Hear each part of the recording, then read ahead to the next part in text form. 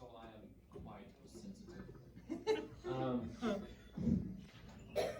So my name is Isaac, and I can't go to car washes anymore.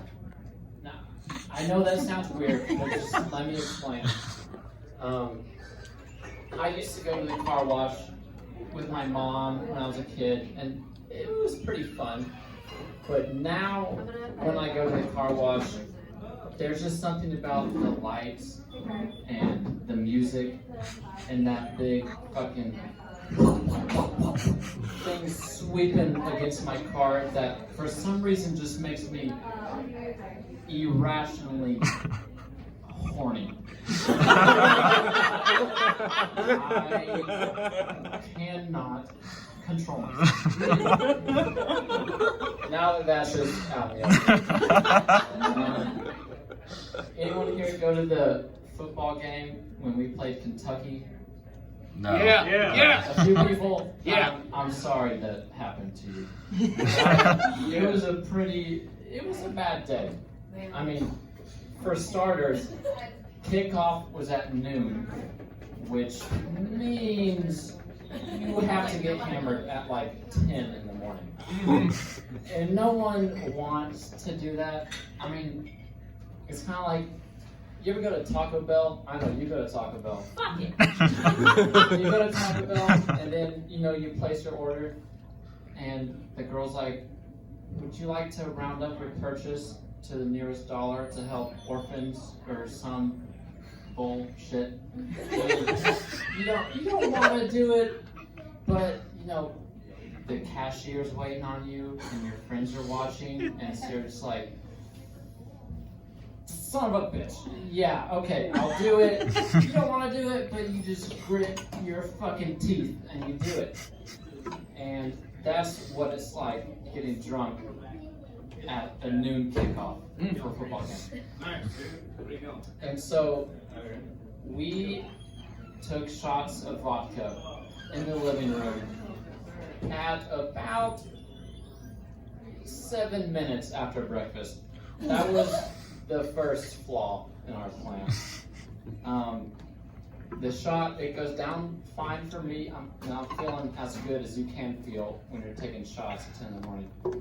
And I look over at my roommate, Daniel, and you know the look that your dog gives you right before he just throws up on the floor? Yeah. That was about the look that Daniel gave me right before he threw up on the floor.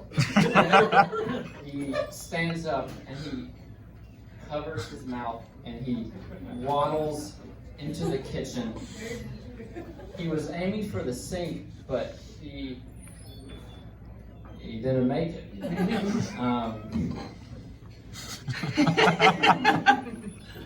The next thing I hear is a slipping noise. And I see his feet fly fucking above his head. And he just splat on the ground. And so at this point, he is behind the counter. I can't see him. So I'm just waiting patiently for any sign of life.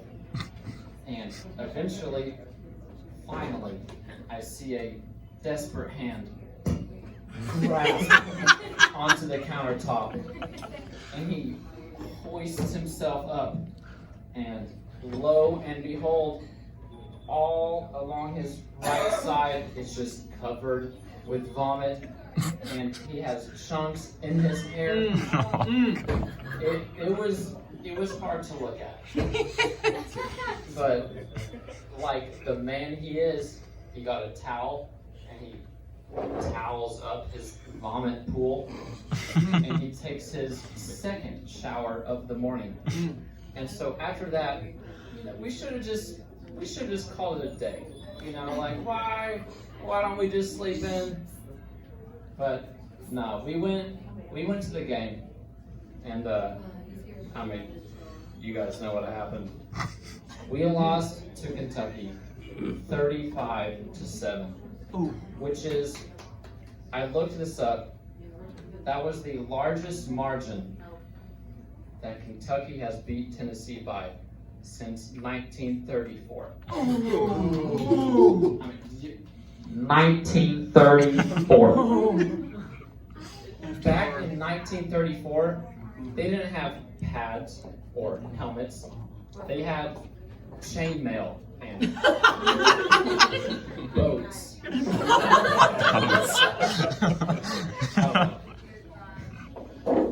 The walk back to the apartment from the stadium was like if you combined the Trail of Tears with New Yorkers walking to their jobs the morning after 9/11. Oh.